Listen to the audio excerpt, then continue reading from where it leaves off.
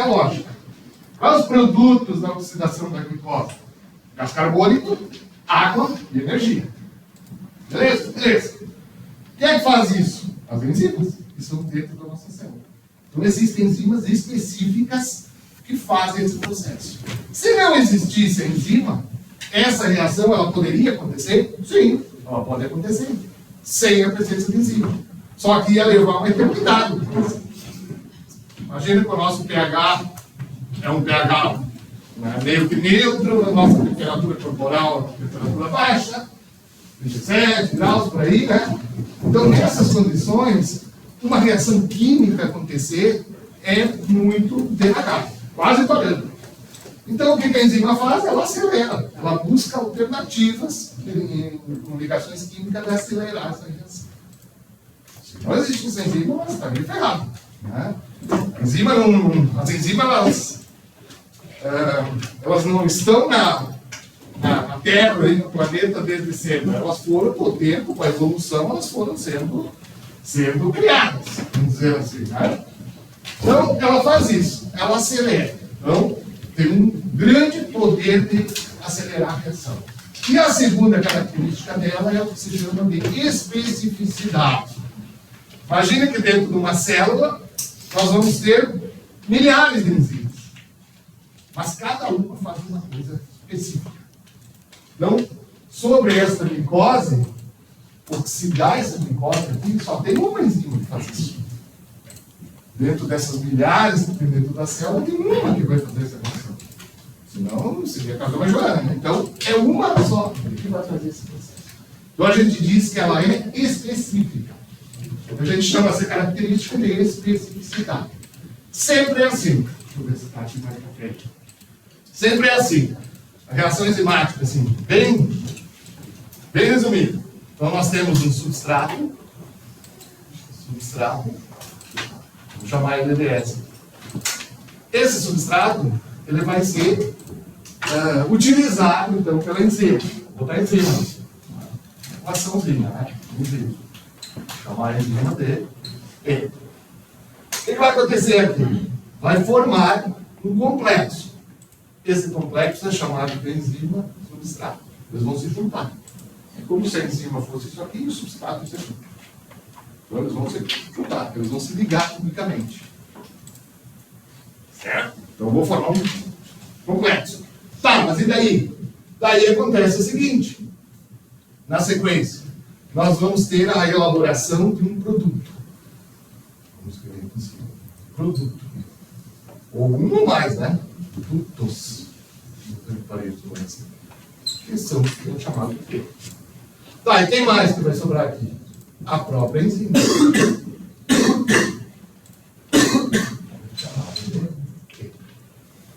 Então sempre vai ser assim.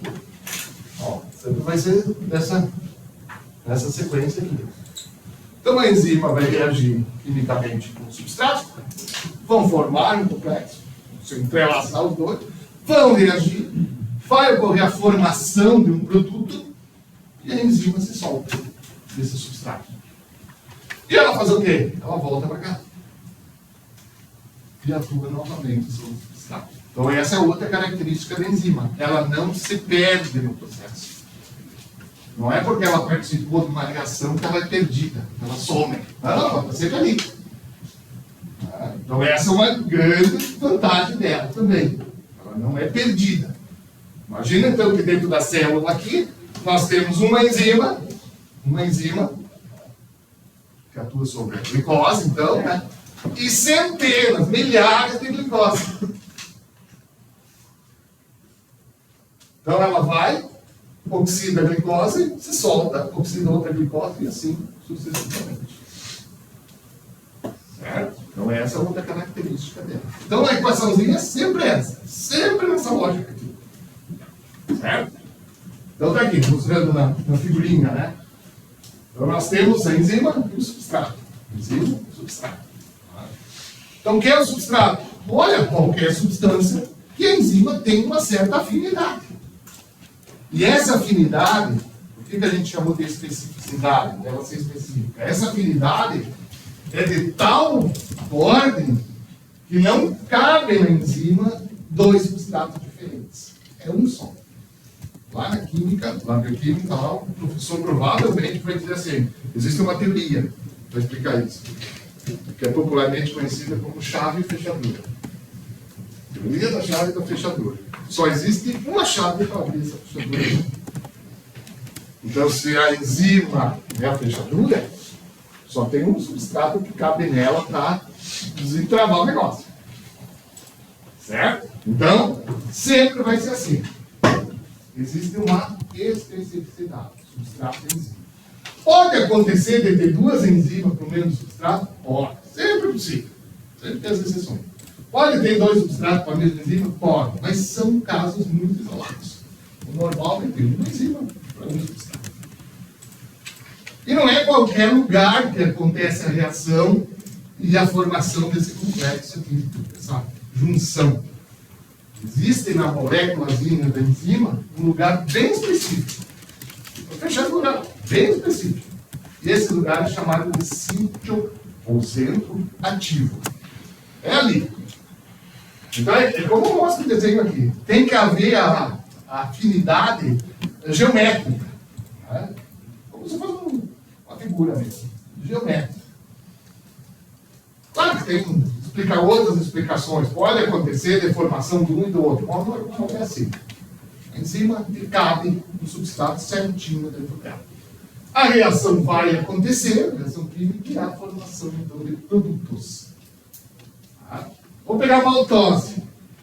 A gente já falou deles, dos açúcares dias atrás. Né? Pegar a maltose. A maltose é feita de quem? A maltose é o substrato. Então, vamos botar aqui, maltose. Maltose é o substrato. Existe uma enzima que atua sobre a maltose? Sim, existe. Sempre existe. Tá? Essa enzima ela é chamada de maltase. Tá? Ou beta-amilase. O nome é diferente. Então vou botar aqui, maltase. É o termo mais comum que a gente ouve falar. Certo? É a enzima. Ok? Então elas vão se juntar as duas, formar esse complexo. A enzima junto com a maltose. Tá, e forma o quê? Produtos? Quem são os produtos dela? Ela vai quebrar a molécula da maltose. A maltose é constituída de quê? Duas glicoses. Duas glicoses. Então, quais são os produtos? Glicose e outra glicose. Mas quem aqui? A própria maltase. A própria enzima. Essa enzima vai voltar aqui e atuar sobre outra maltose e assim até acabar com a maltose que tem naquele lugar, naquele meio.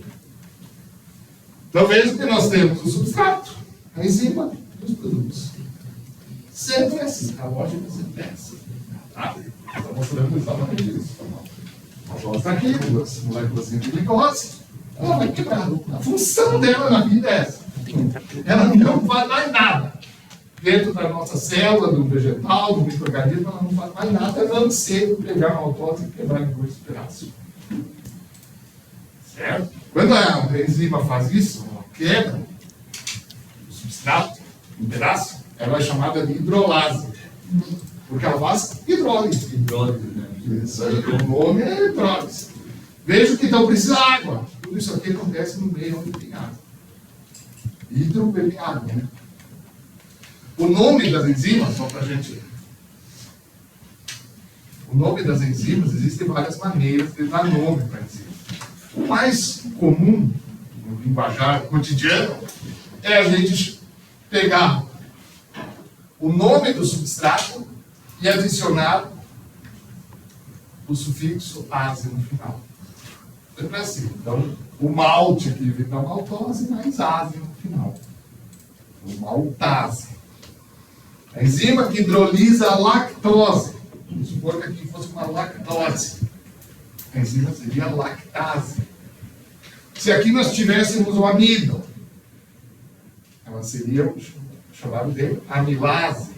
Se aqui fosse um lipídico, seria chamada de lipase. E assim por diante. Claro que tem enzimas que têm apelido. Que quem inventou ela, quem descobriu ela, deu um apelido qualquer.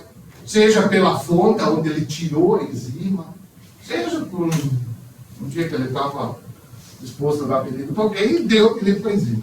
Então, às vezes acontece, por exemplo, eu tenho a tripsina, que é uma enzima que está lá dentro do nosso estômago, né? A pepsina, e assim vai. Bromelina, e por aí vai. Então, não vejo que não tem o ASE no final, tá? Mas, de qualquer forma, a ideia geral é essa. Sempre é assim. Enzima atua sobre um substrato, faz alguma coisa com o substrato. Nesse caso aqui está hidrolisando, mas não necessariamente faz isso, tá? Existem vários tipos de enzimas que fazem outras coisas. Tem enzimas que tiram uma molécula de gás carbônico do substrato. Ela é chamada de descarboxilase. Então, ela vai tirar o gás carbônico da molécula.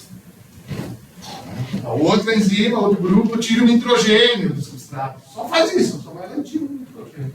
Ela é chamada de hidrolase. Deshidrogenase. E assim por diante. Tem enzimas que pegam dois substratos e grudam os dois. Então, elas são chamadas de ligases.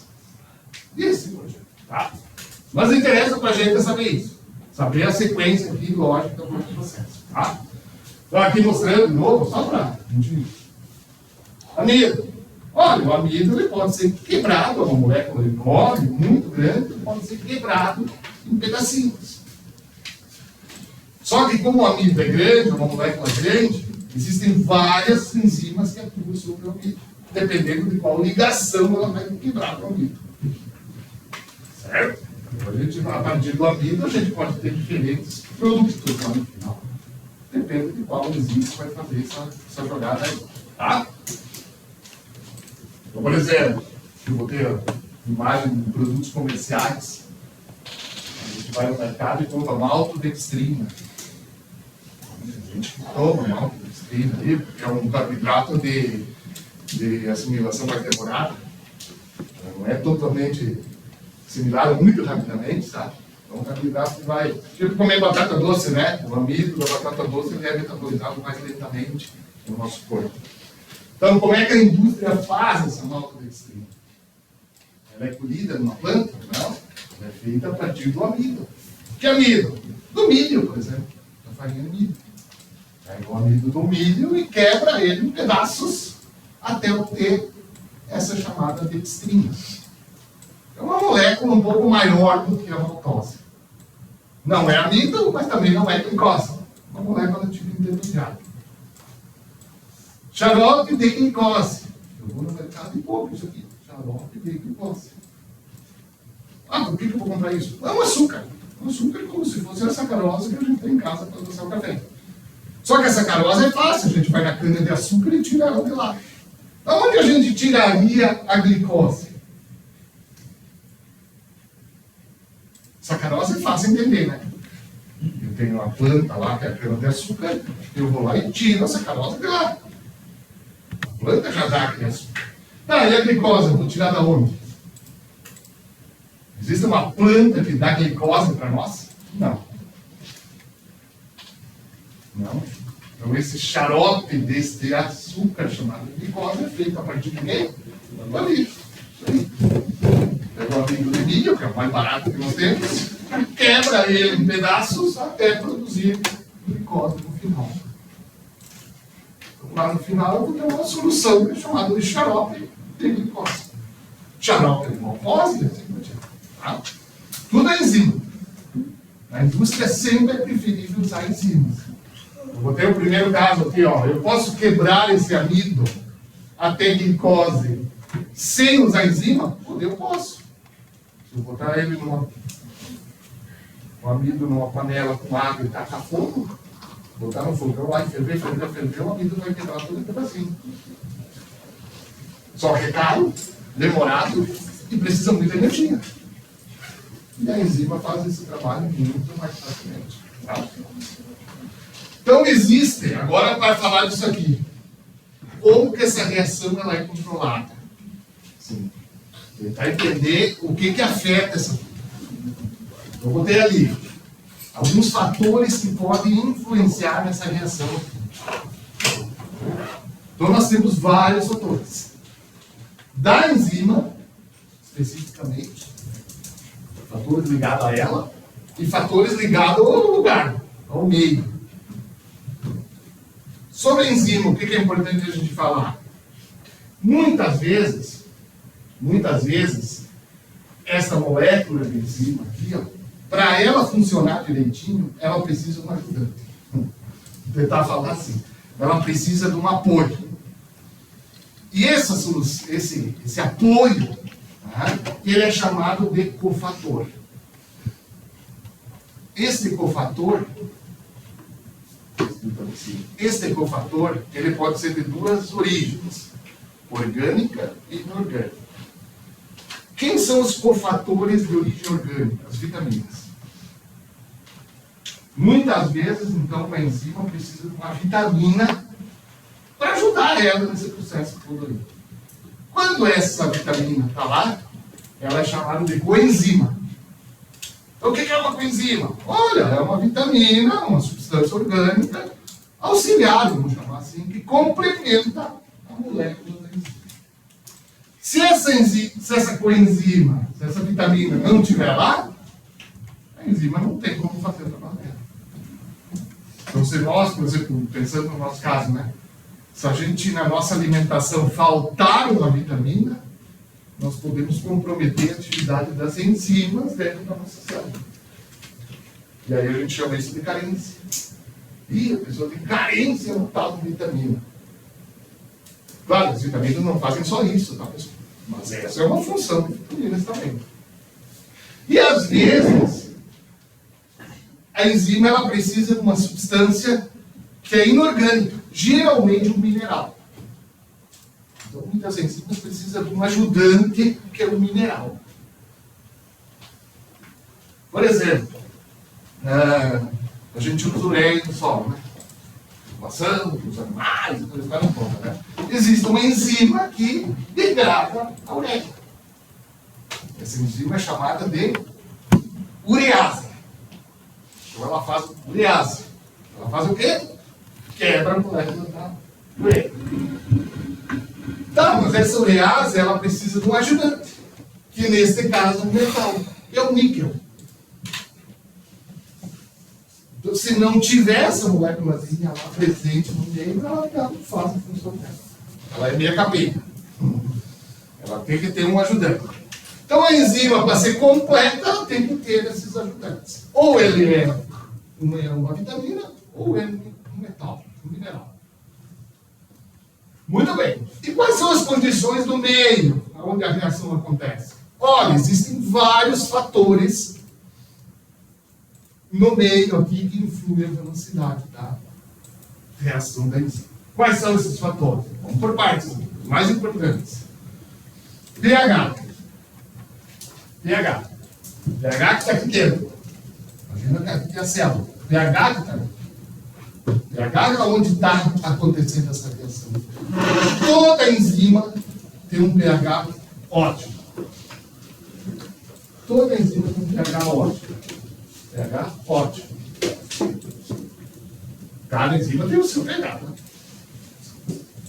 É ótimo. Gente, o que a gente considera o pH ótimo? É a máxima atividade da enzima. É o 100% da atividade dela.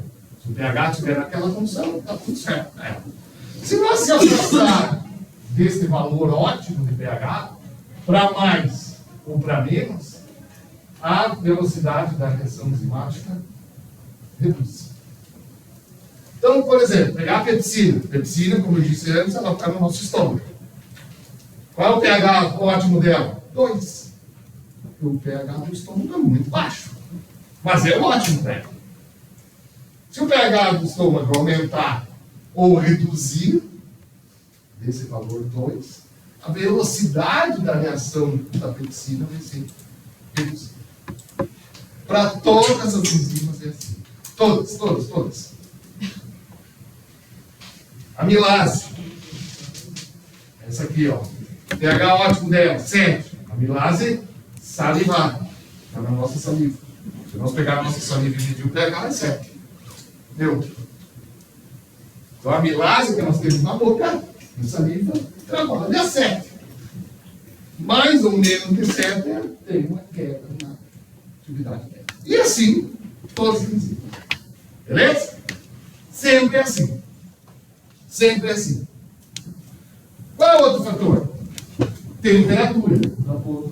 Canal à esquerda. Temperatura. Toda enzima tem uma temperatura ótima de atividade. Toda enzima tem uma temperatura ótima de atividade.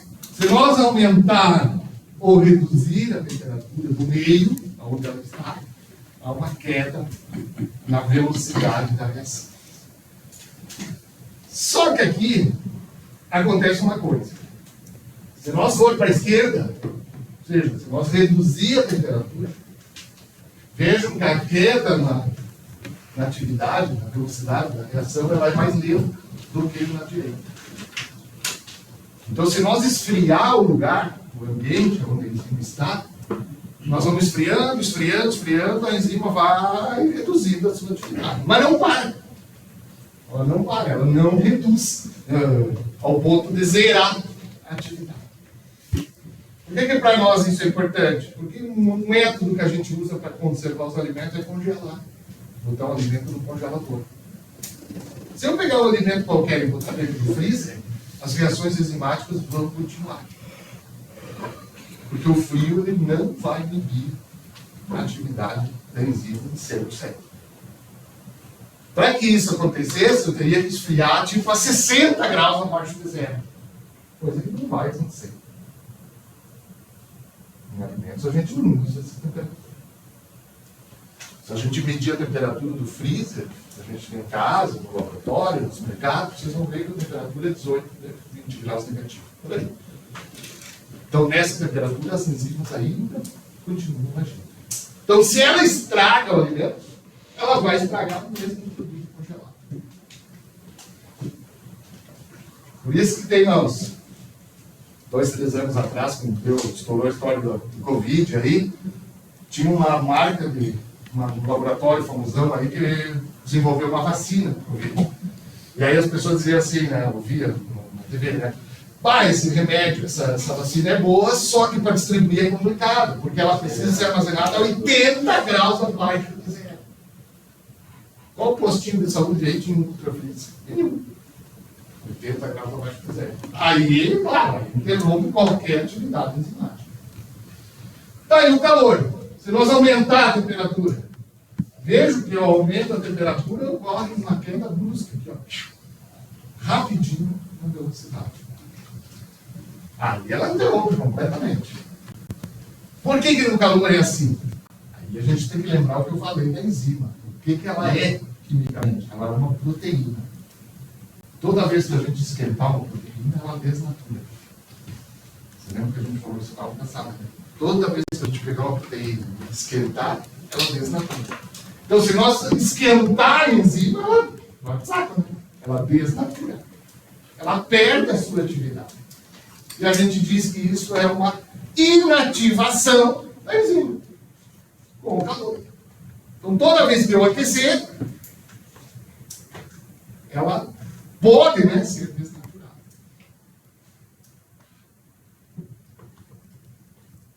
Vejo que aqui a temperatura, no desenho aqui, né?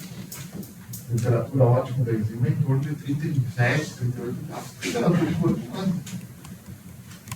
Nós temos uma temperatura basicona, né? 37. Se baixar muito de 37 ou aumentar muito além do 37, nós entramos no colapso, né? Porque as enzimas deixam de fazer o que tem que fazer. Isso vai acontecer em qualquer tecido vivo, tá, pessoal? Seja de origem animal, seja de origem vegetal, seja de micro-organismo. Sempre é assim. Então o calor pode destruir a enzima? Sim. O frio? Não. Resumindo, seria isso. Só para complementar. Lembra-se da história da chave lá da fechadura, né? Que tem afinidade entre a enzima e o substrato. Acontece um detalhezinho. Existem substâncias que são iguais ao substrato. Então a gente volta aqui na figurinha aqui.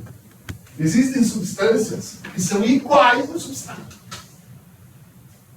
Então, se a enzima se deparar com essa substância, que é igual ao substrato, ela vai desligar. Só que a reação não vai acontecer. Porque não é o substrato. É tipo pegar uma chave qualquer e enfiar aqui na fechadura. Muitas chaves vão entrar, mas nenhuma vai girar. Vai quebrar dentro. Isso aí. Então, se existir essa substância, a gente diz que isso é um inibidor da enzima. Então, pode acontecer a presença do inibidor aqui? Pode. E a enzima vai se ligar com ele, ao invés do substrato. E a reação não acontece. Então, a gente diz que houve uma inibição da enzima. Esses inibidores, pessoal, existem de mais diferentes tipos. Existem inibidores que são competitivos, porque é igual ao substrato, e temporários. Reage com a enzima, a plastante da enzima diz, não, peraí, isso aqui não é substrato, solta ele, pega o substrato. Então é um temporário. E existem inibidores que são irreversíveis. Eles vão se ligar de tal forma com a enzima que não tem volta. Não solta nunca mais. Se existir esse inibidor, a enzima simplesmente deixa de fazer para sempre a atividade dela. E isso a gente está cansado de ver. Talvez a gente não se dê conta. Todos os remédios que a gente conhece são inibidores. Os remédios que a gente toma são inibidores enzimáticos. Um fungicida que o agricultor usa na lavoura é um inibidor enzimático. Um inseticida é um inibidor enzimático. Um herbicida é um inibidor enzimático. Exatamente. Aí cada empresa desenvolve assim. Atua num sítio específico. Qual é a lógica desse inibidor que seria os venenos? Olha, inibir uma enzima que é crucial na vida daquele organismo. Se fizer isso, o organismo simplesmente morre. Lá na bioquímica vocês vão ouvir falar de uma substância chamada acetilcolinesterase. E existem inibidores que atuam na formação da atividade da acetil-CoA, que é o caso de inseticidas, são inseticidas. A gente pega um inseticida, por exemplo, e passa uma mosca e vê ela cair na fica ali. Até morrer, né? Ela causa uma sequência de sinapses, nervosas, e a acetilcolinesterase, que deveria interromper isso, não interrompe, porque ela está inibida pelo inibidor. E aí a coitadinha da mosca gasta todas as reservas dela, porque dispara uma sequência de reações nervosas até gastar todo o energia e morrer. Muitos venenos são assim. Venenos mesmo, que a gente encontra na natureza. Lá no primeiro dia dela, a gente falou do cianeto, o ácido cianídrico, que está naquele tipo de mandioca brava, que a gente chama, né? Pois é um inibidor enzimático. Se a gente consome, vai inibir uma enzima e nós vamos morrer. Porque a enzima deixa de fazer a função dela. Tá? Tudo bem, segue adiante aqui. Ainda, para terminar, é o que a gente chama de concentração de substrato e concentração das enzimas. Então, imagina assim, ó. Aqui, ó. Então, nós temos a quantidade de substrato, a concentração de substrato e a concentração de enzimas presente no meio. A lógica é simples. Vou colocar aqui o medidor. A lógica é simples. Quanto mais enzimas a gente tiver, maior a velocidade. Sempre vai ser assim, ó. A gente vai ter muito substrato e pouca enzima. Tipo no nosso corpo, a gente vai ter muita glicose e poucas enzimas. Se a gente botar mais enzima, a velocidade vai ser maior. Porque mais enzima atuará sobre o substrato. Agora, se nós tivermos maior quantidade de substrato, quanto mais substrato a gente adicionar, maior a velocidade da reação também. Até o limite.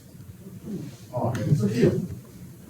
Aqui é a quantidade de substrato, ou seja, a quantidade de glicose aqui, de maltose.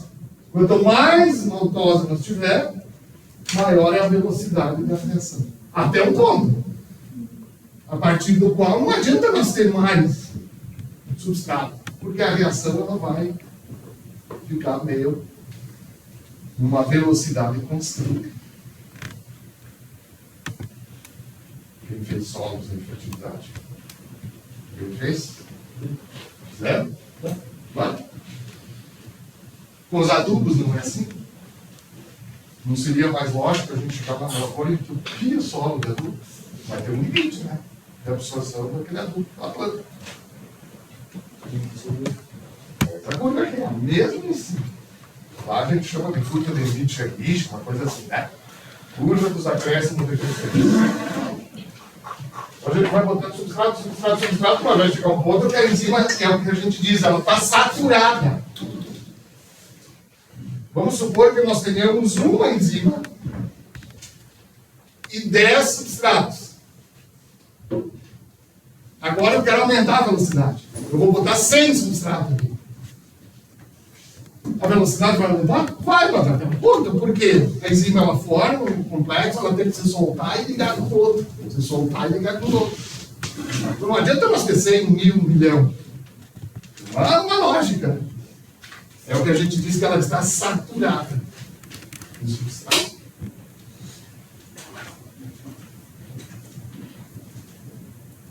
Água. Quanto mais água tem, teoricamente, maior a velocidade da reação. Até o limite. Água demais faz mal, né? Nesse caso aqui, água demais, ela faz o quê? Dilui. Ela dilui o substrato. E sempre existe na química uma lei. A lei que fala o seguinte: essa lei é uma teoria que fala de colisões. Para uma reação acontecer, um substrato tem que se encontrar com o outro. Se os dois estiverem soltos no mundo ali, não vai acontecer a reação. Eles têm que se encontrar. Quanto mais água tem, mais diluído vai estar no meio. Então vai ser difícil de eles se encontrar. Mas de qualquer forma, tem que ter água. Se tem pouca água, a reação não acontece. Então, um alimento que é seco, uma farinha, um grão, qualquer produto desidratado, então uma reação enzimática não acontece. A enzima pode até estar lá, o substrato pode até estar lá, mas a reação não ocorre.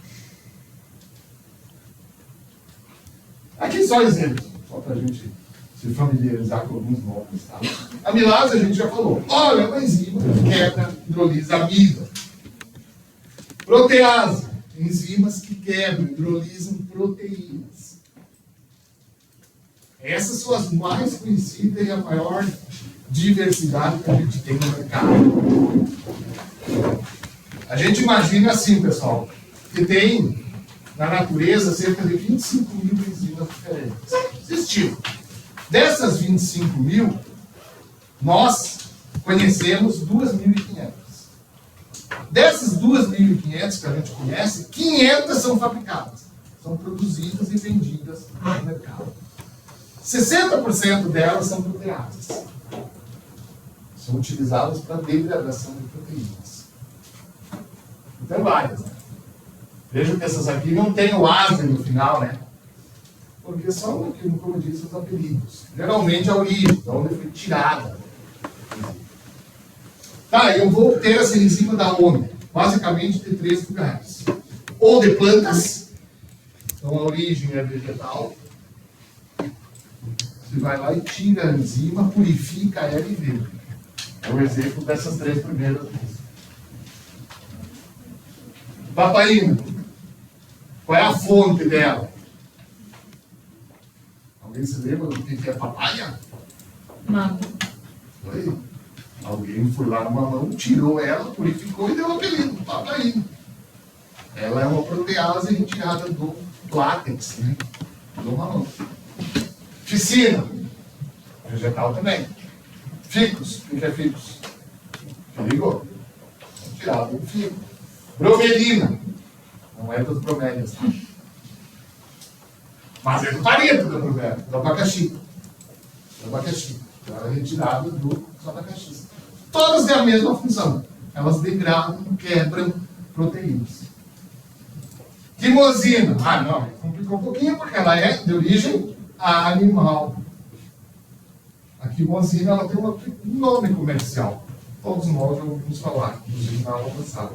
Que é o alho, que a gente usa para fazer queijo. Então a gente vai no mercado, compra o alho e joga no leite. Ele vai quebrar a proteína do leite e formar um queijo. O alho, o alhado.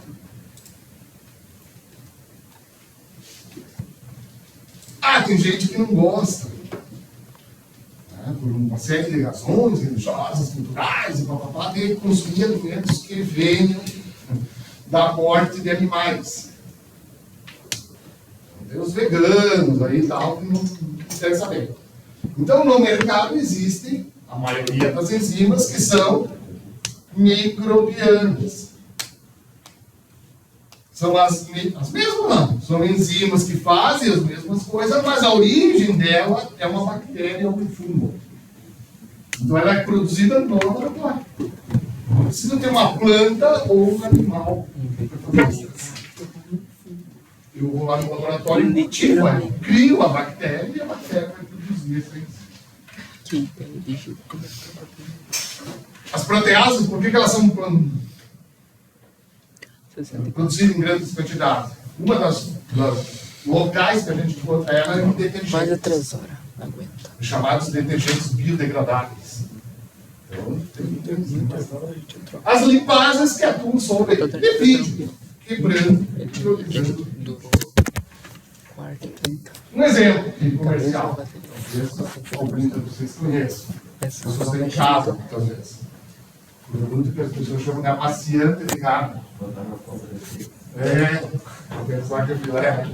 Então o cara vai lá e bota. O que é o amaciante de carne? Uma enzima. É uma enzima. Se a gente for olhar no rótulo do nosso produto, vocês vão ver que está escrito lá papaina.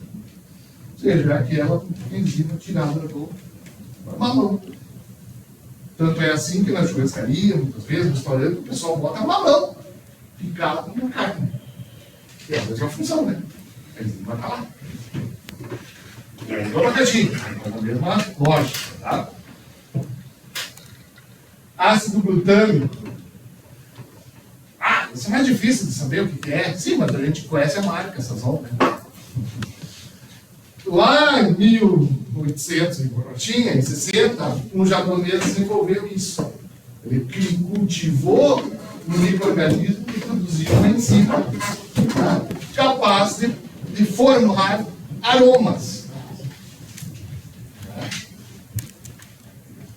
Que lembrava um gosto, um sabor agradável presente nas sopas japonesas.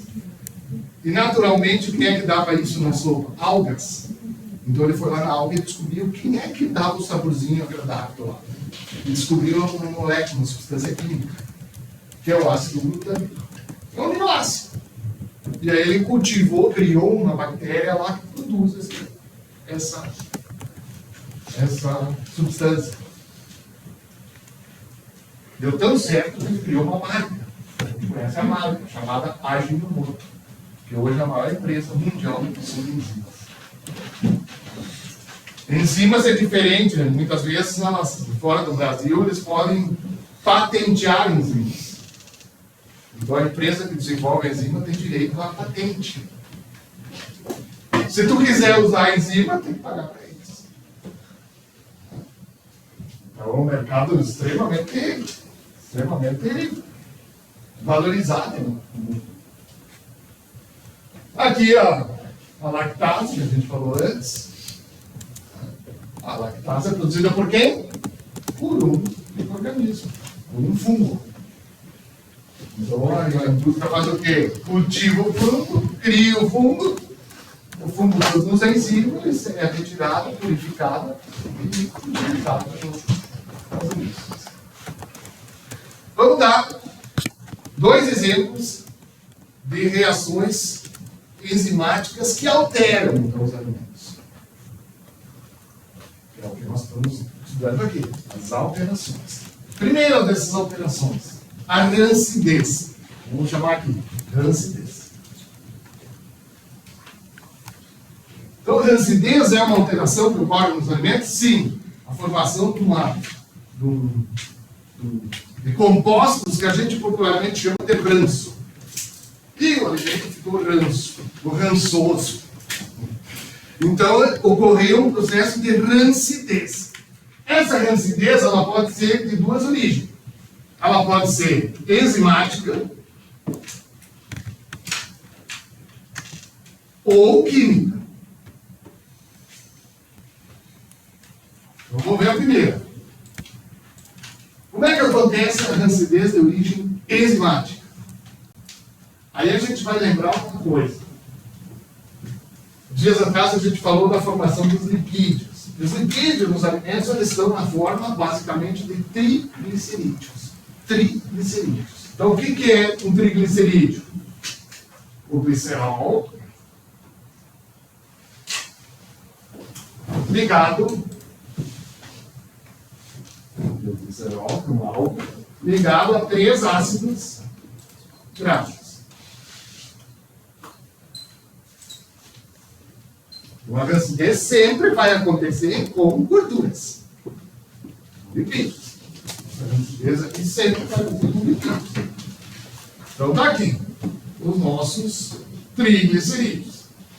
Então o que vem a ser a rancidez enzimática? Ou também chamada de hidrolítica.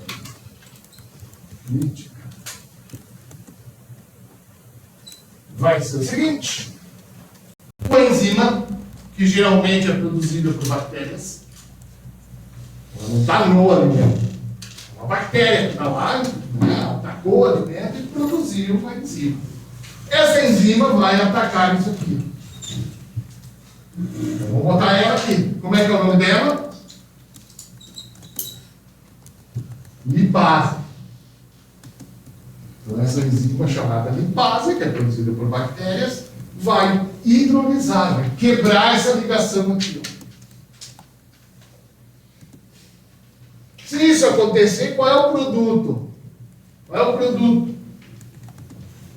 Essa substrato a gente já viu qual é. Triglicerídeo. A enzima a gente viu qual é. Lipase. O que é o produto? O produto é o que sobra. Então nós vamos ter 2 produtos aqui. Essa molécula aqui com 2 ácidos graxos e esse ácido graxo sozinho. Então nós vamos ter um ácido graxo livre. Olha, vai se soltar aqui. Então ele vai ficar livre. E ó, as duas continuam ali, formando um diglicerídeo. Se a reação continuar, se eu não paralisar de jeito nenhum, a enzima vai voltar e vai atacar isso aqui também. Ó, ela vai voltar e vai atacar de novo. O mesmo substrato. E se eu não interromper, ela vai voltar e atacar de novo. Ela vai fazer essa função aqui. Então ela vai liberando os ácidos graxos do triglicerídeo. Tá, mas por que isso é ruim? Olha, nem sempre é ruim. No nosso corpo é isso que vai acontecer. Mas nos alimentos eu não quero que aconteça isso. Por quê? Porque quando o ácido graxo é de cadeia curta, vamos chamar assim de 6 a 8 carbonos, esse ácido graxo curtinho, ele tem cheiro, vamos escrever assim, né? Cheiro desagradável. Vamos usar nossas palavras. Fica fácil. Então, quando esse ácido graxo soltar daqui, se ele é de cadeia curta, ele tem um gosto estranho, um cheiro ruim. E esse cheiro vai permanecer no alimento. E eu digo então que o alimento ficou rançoso.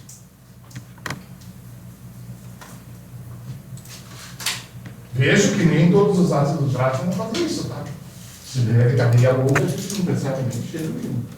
Geralmente as moléculas é assim, tá, pessoal? Quanto menor ela for, mais aroma, mais cheiro, mais sabor ela tem. Então essa é a função. Essa é a alteração chamada então de hidrólise enzimática dos lipídios, formando o transborda de acidez, que a gente chama de ranço. Outra palavra. Às vezes ela é benéfica, mas em alguns casos sim. Por exemplo, em queijos. Pode acontecer a formação desse cheiro forte nos queijos. Tipo aqueles queijos parmesão da vida, que fica anos lá para maturar. Então as bactérias que estão lá no queijo vão produzir as enzimas e isso vai acontecer. Mas no caso dos queijos eu quero que isso aconteça. É bom porque vai dar um cheiro característico no produto. Na maioria das vezes eu não quero. Tipo, vou armazenar grão de aveia. Farelo de aveia. E na aveia tem os micro-organismos lá. E eles produziram essa enzima e atacaram as gorduras lá da aveia. Isso é bom? Não, não é. A aveia vai ter um cheiro, o farelo, a farinha, que é produzido da aveia vai ter um cheiro desagradável, um sabor desagradável. Geralmente eu meço isso no laboratório, não pelo cheiro, tá? Geralmente eu meço isso pela acidez. Pela acidez. Porque quanto mais ácido graxo for liberado aqui, mais ácido vai ficar o produto. Quando eu vou comprar azeite de oliva, eu olho lá no mercado, a gente olha no rótulo o que está escrito em relação à acidez. Quanto menor a acidez, melhor o azeite. Eu vejo lá azeite com 0,2%, 0,3% de acidez. Se eu olhar óleo de soja, é 3%. É 10 vezes mais ácido. Então, quanto mais ácidos, maior é essa reação. Maior a quantidade desses ácidos liberados. Tá? Muito bem. Então, cá para frente. Aqui está mostrando, depois se vocês querem olhar, mas é isso aí que eu falei. Tá? Estou mostrando as moléculas. Hidroxilamida, a gente já falou. E chegamos na outra reação, para a gente concluir. Uma reação que muitos de nós conhecemos, que também é uma reação enzimática, que é chamado escurecimento enzimático. Toda vez que a gente pegar um vegetal, isso só vai acontecer em vegetal, fruta, hortaliça, cortar, amassar, triturar, descascar, ela vai escurecer. Tipo, descascar uma banana. Descasca a banana e deixa ela aqui em cima da mesa. Maçã. Não, baixo de olho. Já que tu falou da maçã, vamos pegar ela, que é o mais tradicional. Abacate. Batata, isso aí. Então, todos os vegetais. Uns mais, outros menos. Então, é uma reação enzimática. É uma enzima. Por que ela é importante? Porque das perdas que ocorrem em frutas no mundo, 70% das perdas é por causa dessa reação. Então ela tem importância econômica também, bastante grande. Então toda vez assim, toda vez que a gente amassar, cortar, triturar, enfim, bater, hortaliça, fruta, vai acontecer essa reação. Em alguns produtos mais, outros menos. Tá, e como é que acontece? Olha, basicamente essa reação ela não é uma hidrólise, ela é uma oxidação. Vamos botar aqui embaixo. Ela é uma oxidação.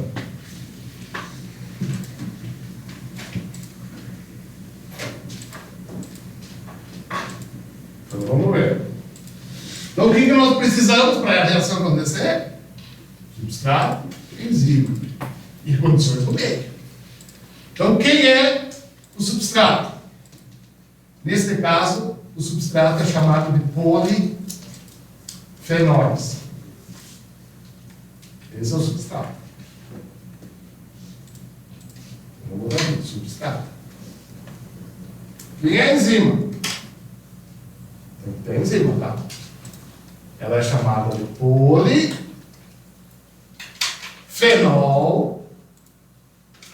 Ó, polifenol. Só que ela é uma oxidase, ela vai oxidar. Então, o polifenol oxidase. Esse é o nome dela. Polifenol oxidase. Ela vai oxidar quem? Os polifenóis que estão no vegetal. Tá, não vai acontecer na carne? Não. Não, porque não tem polifenóis em produtos de origem animal. Só em vegetais. Tá, mas... Produto. Acontece o seguinte, que ela precisa de uma coisa. Além disso.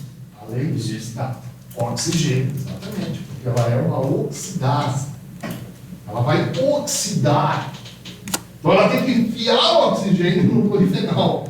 Ela vai ter que anexar o oxigênio no polifenol para oxidar ele. Então nós vamos ter que botar o oxigênio na parada.